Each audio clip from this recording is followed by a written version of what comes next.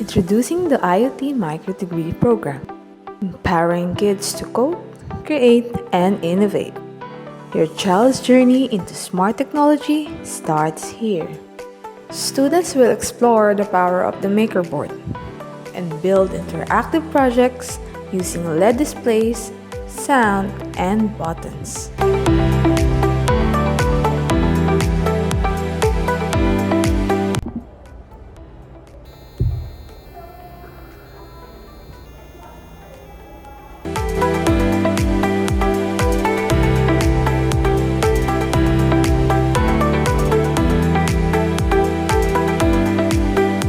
They will dive into programming fundamentals and develop their own games and creative projects, bringing code to life.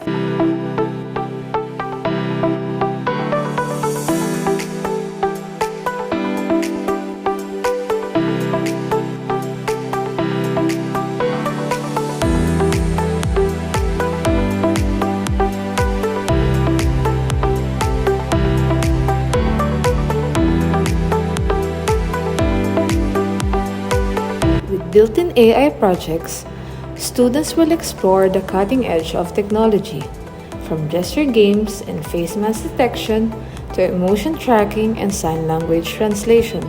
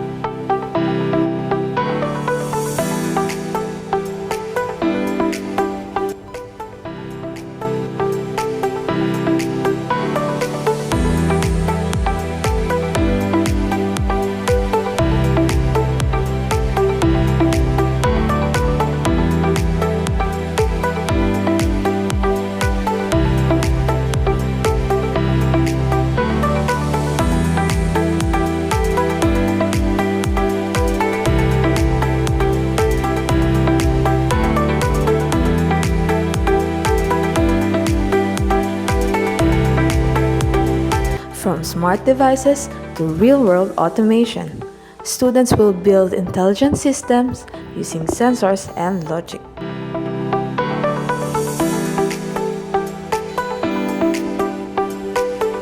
Rain Alarm System. This project detects when it rains. A sensor alerts the MakerBoard, which moves a servo to pull the laundry inside. If not, the laundry stays out. Buzzwire game. The loop is made of foil and connected to ground. When the loop touches the path, a circuit completes and the MakerBoard detects the contact via digital input. It then activates a buzzer and LED to signal a fault.